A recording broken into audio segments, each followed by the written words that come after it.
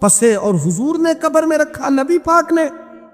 میرے دادا مرشد کہتے ہیں عشق سرکار کی ایک شمع جلا لو دل میں، بعد مرنے کے قبر میں بھی اجالا ہوگا۔ اور میرے اعلیٰ حضرت فرماتے ہیں لحد میں عشق رخ شاہ کا داغ لے کے چلے، لحد میں عشق رخ شاہ کا داغ لے کے چلے، اندھیری رات سنی تھی چراغ لے کے چلے۔ اور بیدم شاہ بارسی تو حد کر گئے، کہنے لگے پسے مردن، بعد مرنے کے پسے مردن فرشتوں نے جو تلاشی لی تو کیا نکلا؟ فقط ایک دل کے گوشے سے خیال مصطفیٰ نکلا، فقط ایک دل کے گوشے سے خیال۔ اور کامل پیرو نہ دے باہو قبر جنا دی جیوے۔ میرے بھائی، نبی پاک صلی اللہ علیہ وسلم کے ساتھ وفا کی تنگی دیکھ کر دقت ساتھ دیا، مکہ مخالفت کرتا تو جناب فاطمہ حضور کا خیال رکھتی، فاطمہ بنت اسد، بڑا پیار کیا، بڑی محبت کی مولا علی کی والدہ نے، ہر دکھ ہر تکلیف کاٹی، لیکن رسول کائنات صلی اللہ تعالی علیہ وسلم کا ساتھ نہ چھوڑا۔ اور یہاں تک روایات میں ملتا ہے کہ جناب فاطمہ الزہرا جب بیاہ کے ان کے گھر گئی تو باہر سے سودا لا کے دیتی، حضرت فاطمہ سے بڑا پیار کرتی، بڑی محبت، مشکلات میں ساتھ دیا۔ جب وصال ہوا تو فرماتے کوہرام مچ گیا مدینے میں، لوگ منتیں کرتے تھے کہ حضور کا ایک بال مل جائے تو قبر میں بخشش کا سامان ہو جائے گا۔ رسول پاک نے فرمایا جب جناب علی کی والدہ کو غسل دے لو تو کفن پہنانے سے پہلے میرے پاس آنا۔ کہتے ہیں جب غسل دے لیا تو عرض کی حضور غسل ہو رہا ہے، کفن کا کیا کرنا ہے؟ حضور اندر گئے، قمیض بدلی اور جو کرتا پہنا ہوا تھا اتار کے دیا، فرمایا وہ علی کی ماں نہیں میری ماں ہے، اس نے میرے لیے بڑی تکلیفیں سہی ہیں، بڑی مشکل دیکھی ہے، فرمایا اس طرح کرو میرے کرتے میں اسے کفن دو۔ حضور نے جنازہ پڑھایا، اپنے کرتا لباس مبارک میں کفن دلایا، پھر جب وہ دفن ہوئی تو حضور قبر پہ کھڑے ہوئے، کھڑے ہو کے فرمایا اے اللہ اپنے سارے نبیوں کے وسیلے سے اور میرے وسیلے سے میری اماں کی بخشش فرما دے۔ پھر جو آسانیاں ملی ان لوگوں کو تو ان کی قبروں تک آسانیاں ملی، پھر ان کو قیامت تک کے لیے آسانیاں ملی جنہوں نے مشکلات کو دیکھا۔ اور بھائی جو سوئے رہے، جو آرام کرتے رہے، جنہوں نے مناسب ہی نہ سمجھا کوئی کٹھن مرحلہ طے کرنا، جنہوں نے کہا نا نا نا نا ہم تو سکھ کے ساتھی ہیں، ہم تو سکون کے ساتھی ہیں، بھائی ہم تو سلوٹ کے ساتھی ہیں، جب موجیں لگے گی تو دوڑ کے پہنچیں گے، کہیں گے ہمارا بھی تعلق بنتا ہے، ہماری بھی رشتہ داری ہوتی ہے، ہمارے بھی رابطے ہوتے ہیں، پھر دوڑ کر کے پہنچیں گے۔ اصل ساتھی وہ ہوتا ہے جو دکھ کا ساتھی ہو، آزمائش کا ساتھی۔ کام کیا پڑے گا؟ لوگوں نے شناسائی بھی ان لوگوں سے رکھی ہوئی ہے جن سے کچھ نہ کچھ ان کے ذاتی مفادات و بس دل نرم ہوتا ہے نا، انسان کا دل نرم ہوتا ہے، تو وہ یہ نہ سمجھے کہ ایک آدمی کا دل نرم ہوا ہے، وہ سمجھے کہ پورے معاشرے پہ اللہ مہربان ہو گئے۔ اسلام کے اندر اجر و ثواب دو طرح کا ہے، ایک بہتر ہے ایک بہترین ہے۔ آپ نے کسی سے قرض لینا ہو تو اس کو مہلت دینا بہتر ہے اور معاف کر دینا بہترین ہے۔ کسی شخص نے آپ کے ساتھ زیادتی کی ہو تو اتنی ہی زیادتی اس کے ساتھ کر لینا جائز ہے، لیکن اسے معاف کر دینا یہ بہترین ہے۔ تو فرمایا وہ پہلے کان لگا کے سنتے ہیں، پھر بہترین بات کی پیروی کرتے ہیں، ان میں سے جو زیادہ اچھی چیز ہے اس کے مطابق عمل کرتے ہیں۔ اولئک الذین ھداھم اللہ، یہی لوگ ہیں جنہیں اللہ نے ہدایت عطا فرمائی ہے۔ وَأُولَئِکَ ھُمْ اُولُو الْأَلْبَابِ، اور فرمایا یہ لوگ عقل والے ہیں، یہی ہیں جنہیں اللہ نے ہدایت دی اور یہ صاحبان عقل ہیں۔ ایک دنیا کے اندر عقل وہ ہے جس کا لوگ بہت زیادہ استعمال کرتے ہیں، تو وہ عقل انہیں بعض اوقات گمراہی کی جانب لے جاتی ہے۔ اس عقل کی بات بھی اقبال نے کہی ہے، فرماتے ہیں کہ عقل عیار ہے، 100 بھیس بنا لیتی ہے۔ اس کے لیے عیار کا لفظ کہا، اور دوسرا پہلو دیکھیے عیار کے مقابلے میں لفظ کیا کہا۔ عقل عیار ہے، 100 بھیس بنا لیتی ہے، عشق بیچارہ۔ عقل عیار اور عشق بیچارہ، دیکھیں اس کے مقابلے میں جو جملہ دیا ہے، جو لفظ دیا ہے، یعنی لفظ عیار آپ جب بولتے ہیں عیار بڑا چلاک ہے، بڑا یار ہے، بڑا مکار ہے، تو زاویہ کیا بنتا ہے؟ اور جب آپ بیچارہ بولتے ہیں تو وہ بیچارہ، اب زاویہ دیکھیے کیا کھینچا، کہنے لگے عقل عیار ہے، 100 بھیس بنا لیتی ہے، عشق بیچارہ، نہ ملا ہے نہ زاہد نہ حکیم، یہ کچھ بھی نہیں، یہ بیچارہ کچھ بھی نہیں، بیچارہ جو ہوا۔ تو عقل کی طرف تو قرآن و سنت نے توجہ دلائی ہے، لیکن عقل سے مراد ہے فہم ہو، فراست ہو، حلم ہو، بردباری ہو، عاجزی ہو، غور فکر کرنے کا مزاج ہو، کسی چیز کو پورے شعور کے ساتھ بندہ قبول کرے۔ آج کل جن چیزوں کو لوگ عقل سمجھتے ہیں نا، وہ عقل نہیں ہے، وہ چالاکی ہے۔ آج کل لوگ عقل مند نہیں ہیں، چالاک ہیں۔ چالاکی اور چیز کا نام ہے، تیز تراری اور چیز کا نام ہے، عقل مند ہونا اور چیز کا نام ہے۔ یہ جو شطرنج کے ہیر پھیر سے لوگ دنیا چلاتے ہیں، یہ عقل مند نہیں ہوتے، یہ چالاک ہوتے ہیں۔ ہمارے ہاں ڈھیر سارے لوگ اپنی زندگی، اپنا گھر، اپنا کاروبار چالاکی سے چلاتے ہیں۔ چالاکیاں لمبی نہیں چلتی، ان کے پول کھل جاتے ہیں۔ تیزیاں لمبی نہیں چلتی، جلدی مکر واضح ہو جاتے ہیں۔ چالاک آدمی کے دوست نہیں ہوتے۔